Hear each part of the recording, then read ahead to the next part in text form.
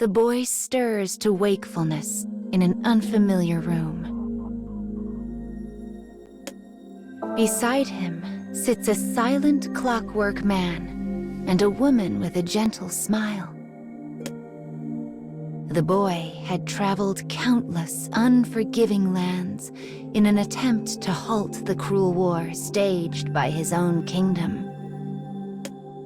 Yet he now finds himself in the comfortable bed of a civilian. "What happened?" he asks. The man apologizes for acting on his own discretion. He explains how the woman came to their aid when the boy fell victim to a mighty seizure. As the boy begins to thank his rescuer, he silently curses the inadequacy of his frail and sickly body. But irony rules the day, and he launches into a coughing fit before he can finish speaking. The woman gently lowers the hacking boy back onto the bed. Sleep comes to claim him once more.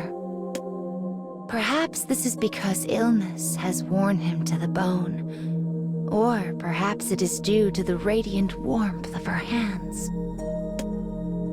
As he drifts away, he takes a moment to appreciate the brief moment of respite.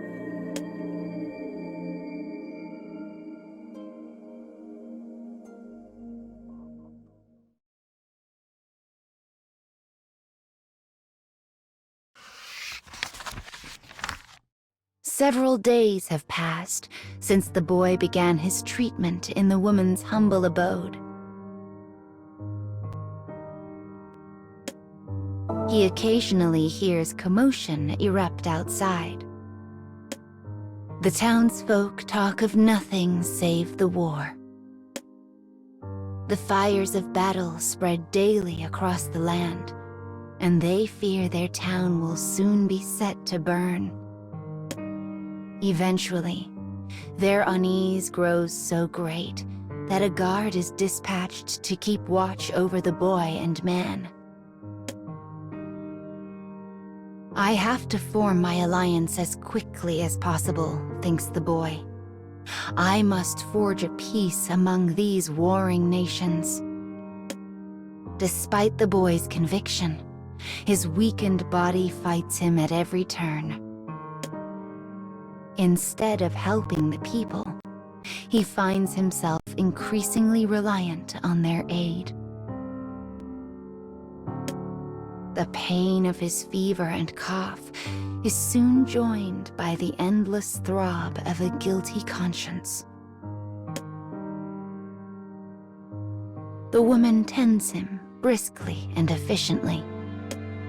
Despite the raging war, her words are soft and kind. Despite her abject poverty, her food is warm and hearty. The situation begins to remind the boy of his childhood. As his thoughts spin, they finally alight on a particular memory. One from his earliest days as a child. It is the face of his mother, a woman who departed this world long, long ago.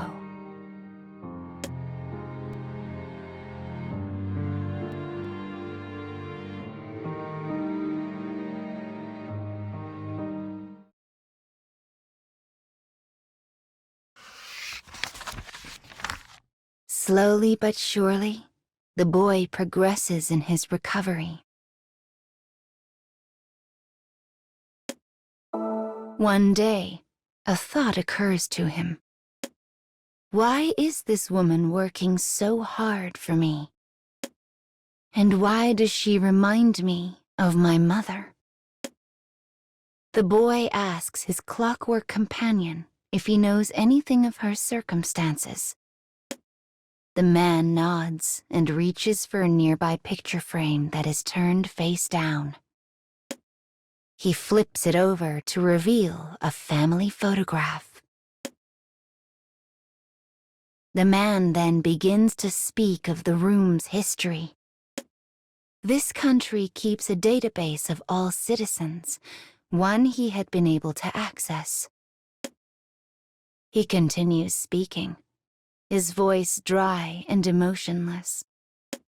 He tells the boy what he found in the records of the woman's family. The room in which they rest once belonged to her child. The same child who smiles so brightly in the photo. But the fires of war had claimed him some time ago.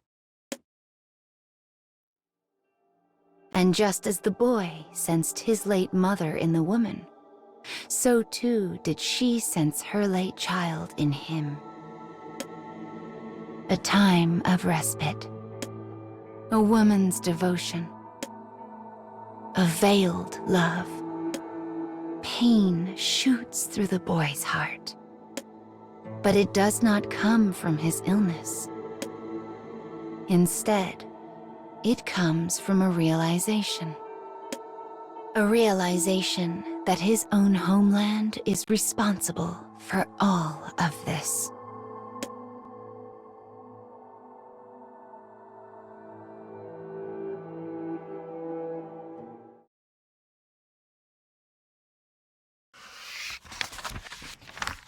The woman's endless devotion stems from her conflating the boy with her own dead child.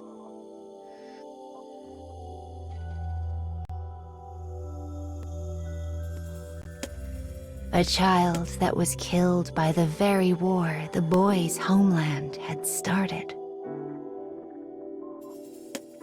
This truth lay heavily on the boy's heart. Enough, he says to the clockwork man. I can stay here no longer. He dresses himself and uses his staff to rise from the bed.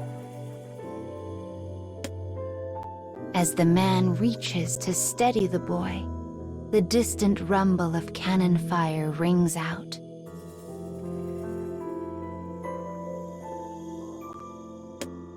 It is the sound of lives being lost. The familiar footsteps of tragedy march ever closer.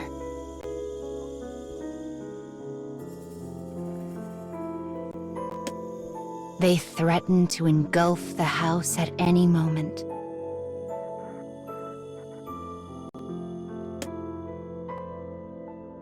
The woman suddenly leaps from her bed and rushes to the pair, begging them not to leave. Let me go, says the boy. I am not your son. I am from the kingdom, and royal blood flows in my veins. Shock breaks out across the woman's face before slowly morphing into hatred. It's your fault, she growls. Your fault. My son is dead, and it's all your fault. She lets forth an agonized howl, the pain of a mother tormented by an immutable past. Yes, replies the boy. I am responsible. He bows his head deeply. He knows he is the target of her hatred, and he knows that it is earned.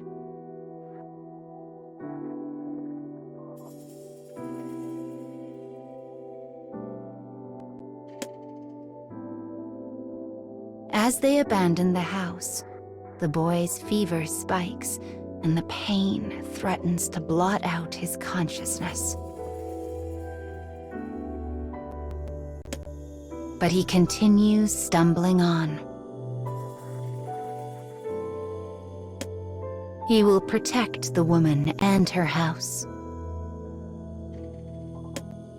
he will stop the war. He will bear the burden of hate for as long as he must.